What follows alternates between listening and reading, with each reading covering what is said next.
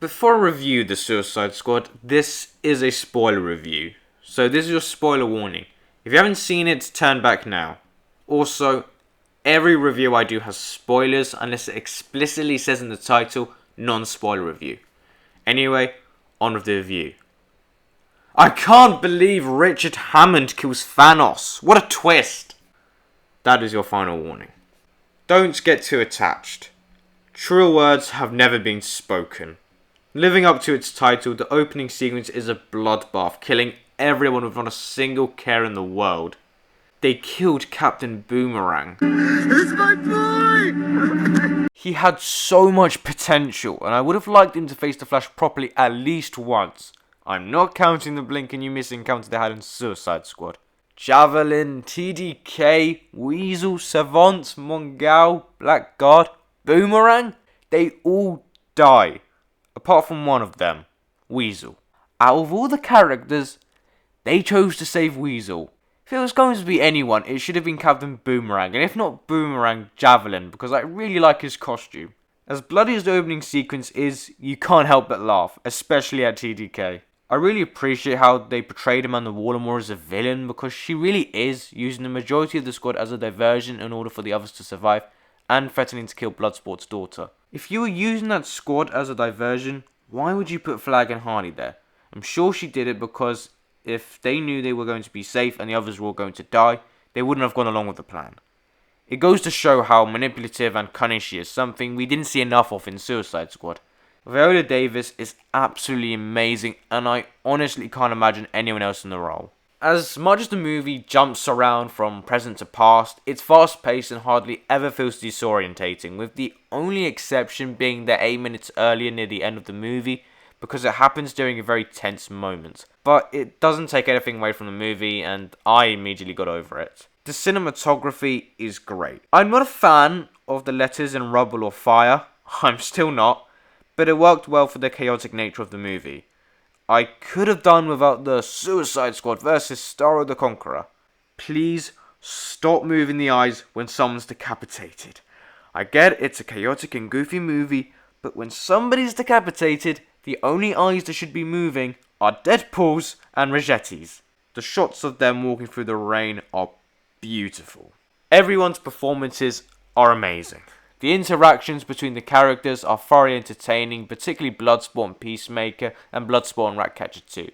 Every scene with the characters is hilarious, and yet rich with heartfelt character moments. Ratcatcher 2 is easily my favourite character. I love her introduction, and I like how she reasons with a Nard way about eating his friends, and I really like the daughter-father relationship she has with Bloodsport. I was emotionally invested in her character, as well as Bloodsport. Daniela Melchior and Idris Elba give great performances. David Dastmalchian as Polka Dot Man could not have been better casting. James Gunn gives him a new backstory that fits perfectly with this universe. The action is really great. I love Harley's escape from prison and Bloodsport and Peacemaker's spree through the village. The ending of the latter sequence is hilarious. However, the funniest part is without a doubt the argument over Milton. The penultimate act before Starro's unleashing is gut-wrenching, with a twist causing an unexpected fight between Flag and Peacemaker. The fight is brutal and honest, with both actors giving it their all, and the growing sense of urgency with the building collapsing just elevates the emotion. One of the most stupid decisions this movie makes is killing Flag. I really liked his character, and his death is really emotional because he just wants to do what's right, and as a soldier, the people he fights with are his brothers and sisters. And over the course of the movie, you actually believe they are his brothers and sisters, which is why the moment is heartbreaking. Seeing Peacemaker betray and ultimately kill Rick Flag made me hate him, but I'm glad he had a good death and didn't go out with no emotional weight like the other characters. It was downright hard to watch. It's extremely well done. I hope moving forward we see the death of Flag told on Peacemaker in his TV show, because the post-credits scene saw him to be still alive.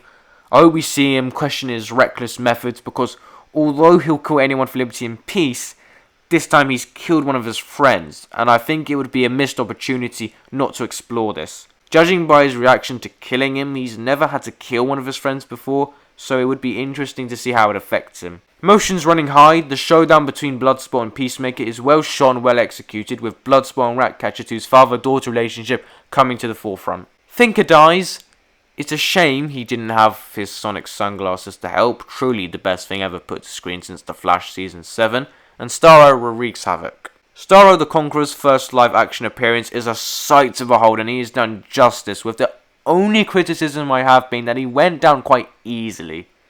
He is ripped straight from the comics. The final fight is great, with Ratcatcher 2 protecting Bloodsport, Bloodsport taking on his leadership role, Inoue eating Starro, and Harley piecing the eye laying the rats in. It's a great fight, but they killed Polka Dot Man. This is another stupid decision the movie makes. They kill everyone left, right and centre, but when they killed Flag, there was emotional weight.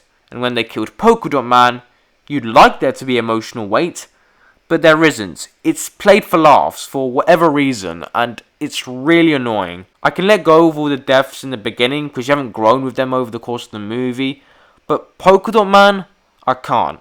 It's very underwhelming. The Suicide Squad is a great, shocking, emotional, bombastic movie that blends humour effortlessly with personal character moments. The interactions between the characters are so perfect that it makes for a great emotional climax near the end of the movie. However, Polka Dot Man's death was played for laughs, and I would have preferred Flag and Boomerang to stay alive. Also, the montage of Harley and Silvio Luna could have been cut short, and I expected a better soundtrack, although Rain and Can't Sleep are amazing. The Suicide Squad is, in my opinion, an 8 out of 10. Certainly one of the best superhero movies. I've been Darfodder, you've been watching Darfodder Movie Reviews, and I'll see you later.